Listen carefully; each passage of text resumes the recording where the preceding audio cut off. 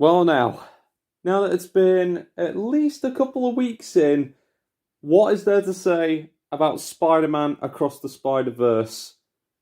Well, I do have one thing to say, and it's that it's probably one of the best Spider-Man films I have ever watched so far. Yeah, even better than No Way Home, which it's painful for me to say because, No Way Home was like a final collaboration project with every bit of live action Sony Spider-Man content with to Tobey Maguire all the way to Tom Holland, and it pains me to say, but Sony Pictures Animation, they've actually pulled it off. They actually made a Spider-Man sequel that is on par with Sam Raimi's Spider-Man 2. So, don't worry. I mean, this I'm trying to keep like spoilers at a minimal because I did promise that I wouldn't that this review would be entirely spoiler free if I could help it. But I'll try my best not to give away too much. But all I could say first off to start with is that this film I'm sorry, I'm just over the moon with that because we all know how popular Spider-Man Into the Spider-Verse was and how we didn't know what to think about it at first, but then when we actually saw it, yep, IMDb and Rotten Tomatoes definitely agrees with you with that one because the ratings went high and people were expecting, was this going to be better or somewhere near to Into the Spider-Verse rating? And it turns out the internet is practically calling it, if not a good percentage of the internet, is calling it a perfect movie. And well, seeing as that there's a lot of pinpoints to talk about, to be fair, don't worry, all spoilers will not be in this video, but I'll only be explaining about the characters that were shown in the promotional commercials and posters and that. I won't go far as to say what happens in the film or what happens at the end of the film because believe me, you're going to want to see this for yourself, but, well, if you decide to watch it. I mean, it's entirely up to you. I mean, I know Transformers is out. I know that there's going to be, a good few films coming out, especially with Pixar's Elemental, and of course, the lot. There's going to be tons of it to come, plenty of films to come, including the Marvels, which is the MCU's equivalent to the collaboration of every Miss Marvel. You got Captain Marvel, Monica Rambeau, Kamala Khan, yada yada yada yada.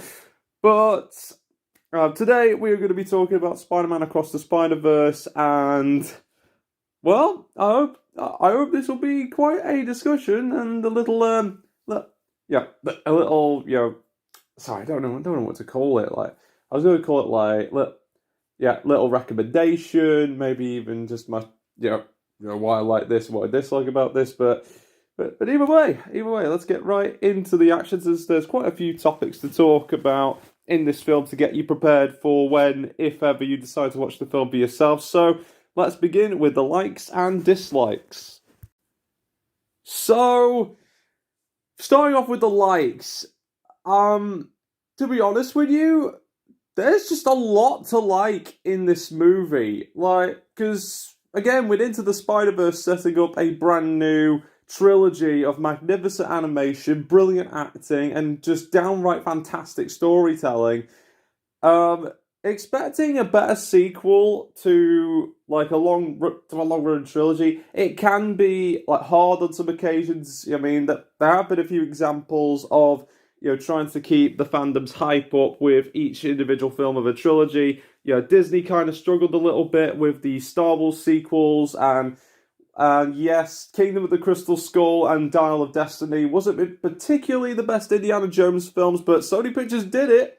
They did it. Although they're sticking to 3 films, they actually made this film fantastic as it can be, and I just cannot dislike a single thing about this. The only thing I dislike about it is the wait to Beyond the Spider-Verse. Okay, and if you decide to watch this film yourself, you'll see exactly what I mean, because you've got so many things in this film. There's so much to take in, all while keeping the story intact. So yes, there is a little bit of fan service in there, and it does call back to all your favourite moments in Spider-Man. Maybe not all of them, because I'm just going to point this one out there. I would not expect characters like Tobey Maguire, Andrew Garfield, or Tom Holland to be like in this film. I think Sony Pictures are going to like save it until like Beyond the Spider-Verse at the latest.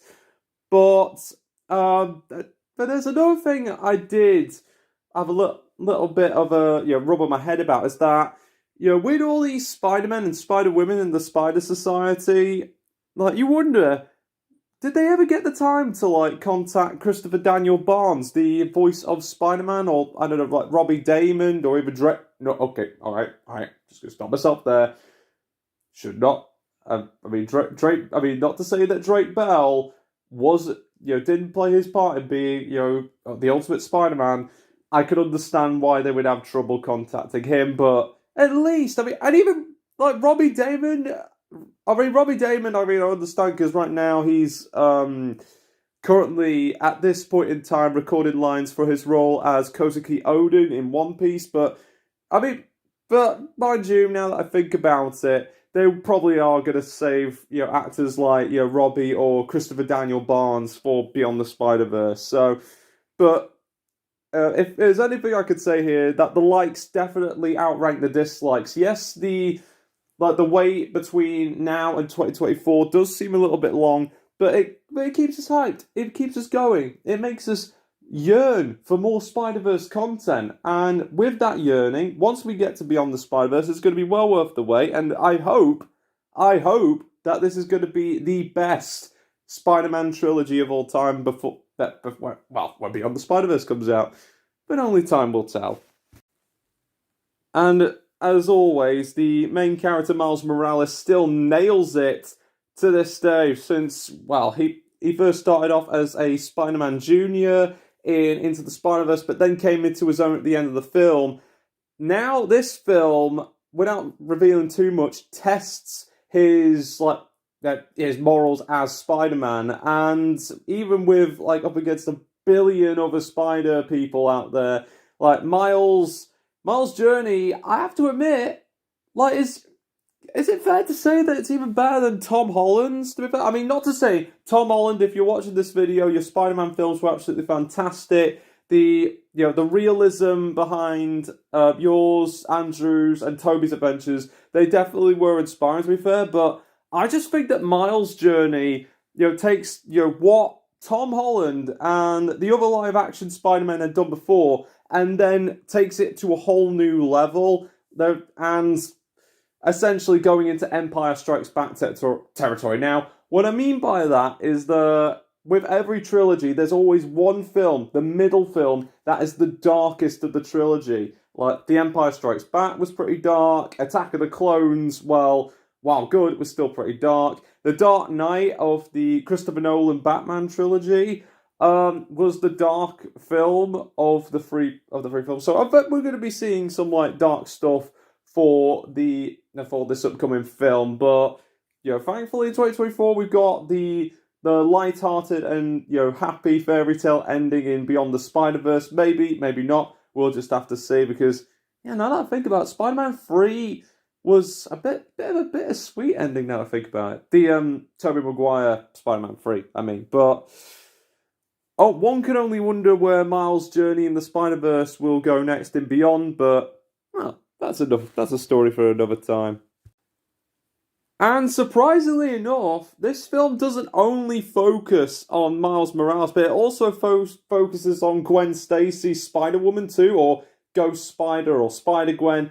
Yeah, I don't know. I mean, Ghost Spider sounds cool. I mean, Spider-Gwen also sounds cool. I'm just going to be calling her Spider-Gwen for this entire video, just to save myself thinking between the two. So, Spider-Gwen's journey and role in this film, without revealing too much, is surprisingly very important to the story.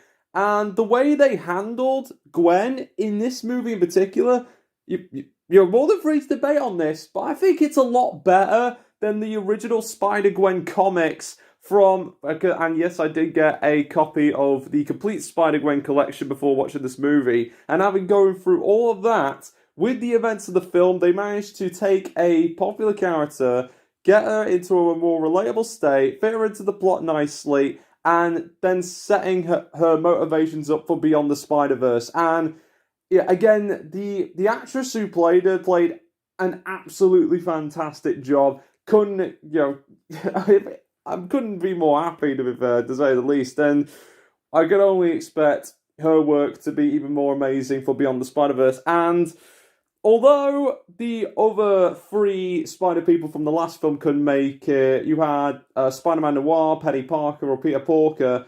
Thankfully, in this film, we still got the return of Peter B. Parker, who has slimmed down a bit since the last film, and even has a baby now. I mean, and when I saw that in the trailers, I was like, yes, thank goodness. The dude definitely needed a break after that, so fantastically well done there.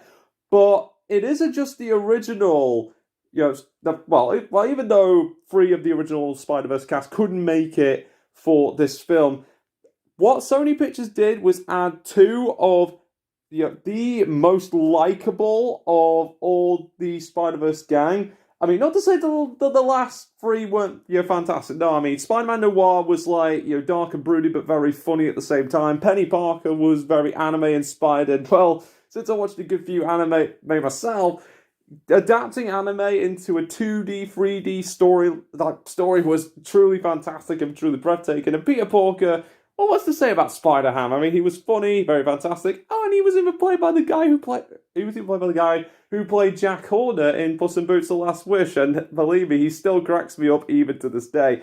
But the new entries to the gang, Pravita Bravaka and Hobie Brown, my gosh, did they handle it perfectly. Not only was Pravita given a fantastic and beautiful and adorable new design along with a very kind and light-hearted personality, Hobie Brown truly rocked it out the park with Spider-Punk. And I thought that was going to be a little bit more, like cruel and a little bit more like, a bit of a... What's the word? A little bit of a delinquent. He fights the good fight. He does what he does, and once you see the film, you understand what you mean. But yeah, I think if you decide to watch this film, I think you're gonna love these two. To fair, if you loved the original Spider-Verse cast, then you'll definitely love the new additions that come with it. And to be honest, the actors did a very good job. Oh, well, I knew there was going to be a lot to unpack today without revealing too many spoilers, but this is just too cool for school. Oh, and I nearly forgot, but how could I not forget the awesome, if not God-tier edition of Oscar Isaac as Spider-Man 2099? Dude, and due to dudettes, this guy slaps. Like, this guy, in every scene he's in, his theme play, and every time when his theme plays, that's when you know he is absolutely, awesome as he can be. Now, in the trailers, I will admit, I thought he was going to be the villain of this film, but it turns out, he's just as much as a hero as anyone in the Spider Society. And well, yeah, and yes, okay, of course, he may have a little bit more confrontations with Miles. That way, it may carry over into Beyond the Spider-Verse, but honestly, I mean, I know that Oscar Isaac had very strong opinions about his role as Poe Dameron in The Rise of Skywalker, but I feel like that as Miguel O'Hara, he really does shine it. It really takes the character into a whole new direction, even better than the Edge of Time. Yeah, again, the Edge of Time version of 2099 was good, but this